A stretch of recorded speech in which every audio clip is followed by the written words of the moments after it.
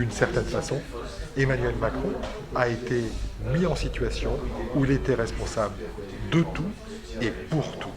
Et on arrive à un modèle de verticalité où seul compte l'institution présidentielle, qui écrase toutes les autres, qui écrase les corps intermédiaires et qui, d'une certaine façon, on l'a vu pendant le quinquennat, ne tient pas compte des mouvements sociaux et des mouvements démocratiques. Et donc, il faut revenir là-dessus parce que ce type de comportement éloigne les citoyens de la démocratie. Parce que, d'une certaine façon, ils n'ont plus leur mot à dire. Ils ont dit une fois leur avis au moment de l'élection présidentielle et après, ils ne peuvent plus émettre d'avis. Notre perspective, c'est de faire en sorte deux choses.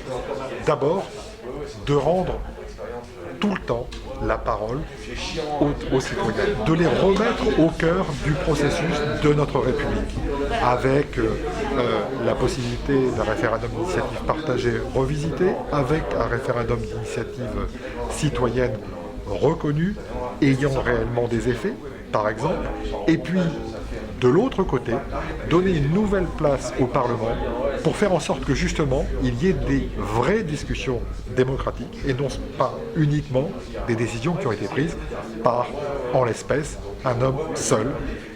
Notre démocratie est grippée. Et comme elle est grippée, de plus en plus de citoyens se détournent. Aussi parce qu'ils ont l'impression que les décisions qui sont prises ne les concernent pas. Ne concernent pas d'ailleurs leurs conditions de vie tous les jours.